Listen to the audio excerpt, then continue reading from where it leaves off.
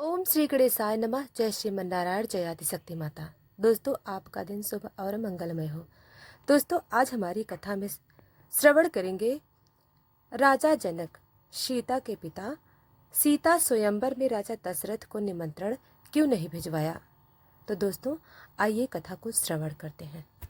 जनकपुरी में जब सीता स्वयंवर का आयोजन हुआ तो राजा जनक ने देश विदेश के राजाओं को निमंत्रण किया। सबको उस स्वयंवर के लिए बुलाया, परंतु राजा दशरथ या अयोध्या के किसी व्यक्ति को स्वयंवर का निमंत्रण नहीं दिया।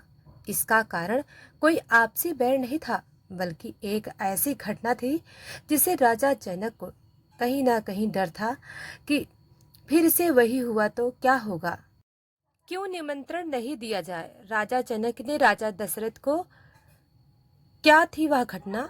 तो दोस्तों, आइए जानते हैं। एक बार राजा जनक ने शासन काल में एक व्यक्ति का विवाह हुआ। विवाह के बाद वह पहली बार सज संवर कर अपने ससुराल को जा रहा था।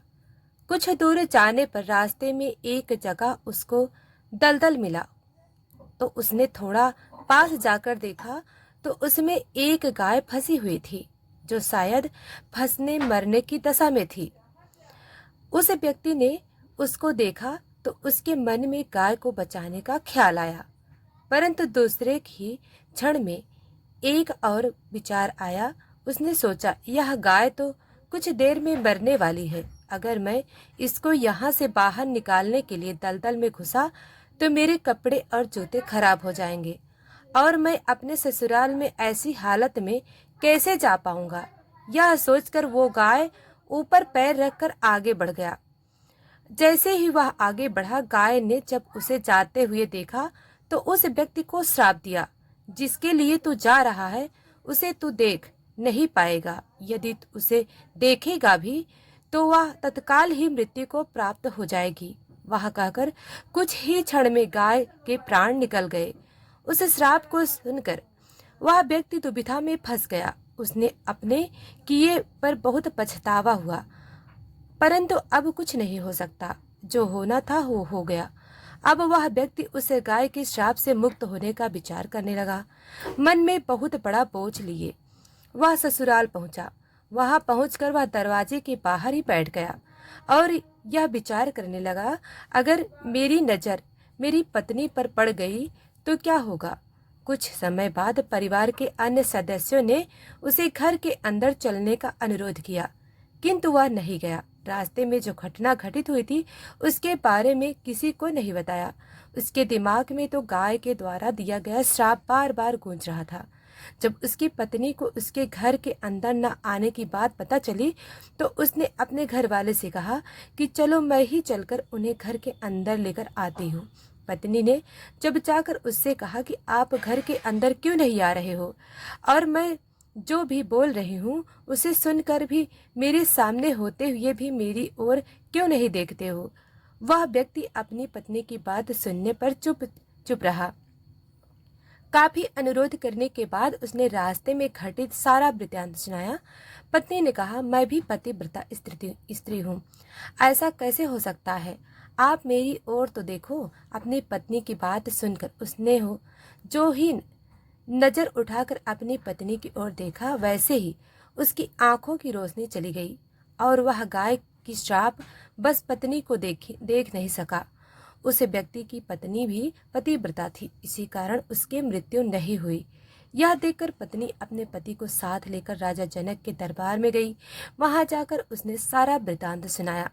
राजा जनक ने राज्य के सभी विद्वानों को सभा में बुलाकर समस्या बताई।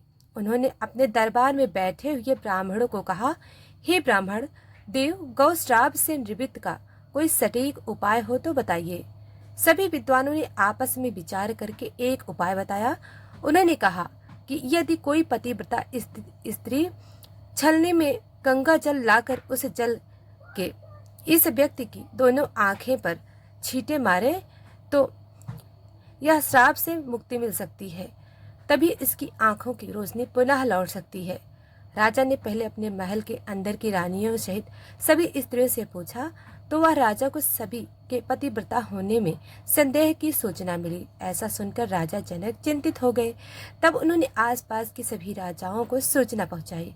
उन्होंने उन्हें संदेश में कहा कि उनके राज्य में यदि कोई पतिव्रता स्त्री है तो उसे सम्मान पूर्वक राजा जनक के दरबार में भेज दिया जाए। जब यह सूचना अयोध्या के राजा दशरथ को मिली तो उन्होंने पहले अपनी पत्नी रानियों से पूछा।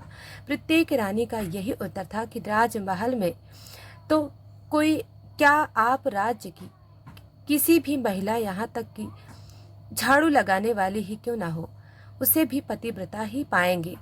राजा दशरथ को इस समय अपने राज्य की महिलाओं पर आश्चर्य हुआ और उन्होंने अपने राज्य की सबसे निम्न मानी जाने वाली सफाई करने वाली को बुलवाया। उस महिला से राजा दशरथ ने सम्मान पूर्वक पतिव्रता होने के बारे में पूछा तो उस महिला ने स्वीकृत में सिर हिला दिया। तब राजा ने यह दिखाने के लिए अयोध्या के राज्य सबसे उत्तम है, उस महिला को ही राज सम्मान के साथ जनकपुर में भेज दिया। राजा जनक ने उस महिला का पूर्ण राशि ठाठ बात से स्वागत व सम्मान किया। तब राजा ने उस महिला को समस्या बताई। साथ ही ब्राह्मणों द्वारा जो उपाय बताया गया था वह भी बताया।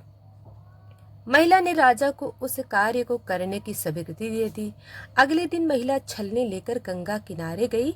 वहां पहुंचकर उसने प्रार्थना की, हे गंगा माता, यदि मैं पूर्ण पतिव्रता हूँ, यदि मैंने अपने तन और मन से अपने पति को ही परमेश्वर माना हो, तो गंगा जल की एक बूंद भी छलनी से नीचे नहीं गिरनी चाहिए। ऐसी प्रार्थना करके जब उसने गंगा जल को छलनी में भरा तो जल की एक बूंदे भी नीचे नहीं गिरी। यह पवित्र गंगा जल कहीं रास्ते में छलक कर नीचे न गिर जाए, यह सोचकर उसने थोड़ा सा गंगा जल नदी में ही गिरा दिया और पानी से भरी छलनी को लेकर राज दरबार में आ पहुंची। राजा और दरबार में उपस्थित सभी नर नारी यह दृश्य देखकर आश्चर्यचकित रह गए। तब उस महिला को ही उस व्यक्ति की आंखों पर छींटे मारने का अनुरोध किया गया। उसने जो ही गंगा जल के छींटे उस व्यक्ति की आंखों पर मारे, त्यों ही उसकी आंखों की रोशनी वापस आ गई। यह देखकर दरबार में उपस्थित लोग बहुत ही प्रसन्न हुए। तब उस महिला को पूरे राज सम्मान के साथ परितोषित किया गया। जब महिला ने अपने राज्य को वापस जाने की अनुमति मांगी तो राजा जनक ने अनुमति देते हुए जिज्ञासा बस उस महिला से उसकी जाति के बारे में पूछा। तब उस महिला द्वारा बताए जाने पर राजा आश्चर्यचकित हो गए। यही कारण है कि सीता स्वयंवर के समय राजा ने सोचा कि जिस राज्य की सफाई करने वाली इतनी पतिव्रता है तो उसका पति कितना शक्तिशाली होगा। यदि राजा दशरथ ने उसी प्रकार के किसी निम्न श्रेणी के व्यक्ति को स्वयंवर में भेज दिया और अगर उसे धनुष संधान लिया तो क्या होगा। राजकुमारी किसी निम्न श्रेणी के व्यक्ति को न बर ले, यही सोचकर अयोध्या नरेश राजा जनक ने राजा दशरथ को निमंत्रण नहीं भेजा। किंतु विधाता की लेखनी को भला आज तक कौन टाल सका। वही हुआ जो होना था।